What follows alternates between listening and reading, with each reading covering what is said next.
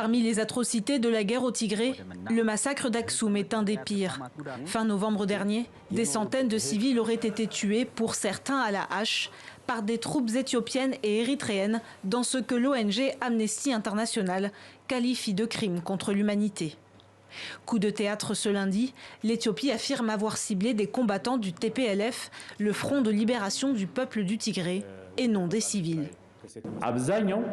Il a été établi que la grande majorité de ceux tués lors du dit incident, bien qu'ils n'étaient pas en uniforme, étaient des membres des forces du TPLF qui combattaient les forces érythréennes.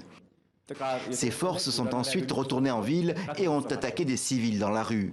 D'après notre enquête, 93 personnes ont été tuées au cours de ces combats. Une version qui contredit même le rapport de la Commission éthiopienne des droits de l'homme.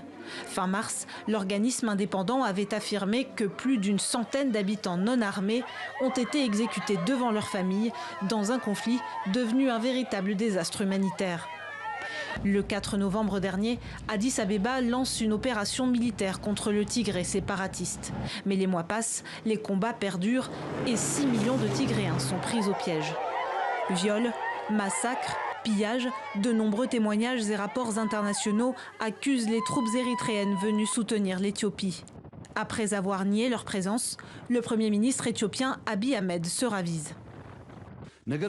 Après que l'armée érythréenne a traversé la frontière et opéré en Éthiopie, tout dommage qu'elle a causé à notre peuple est inacceptable. Nous ne l'acceptons pas.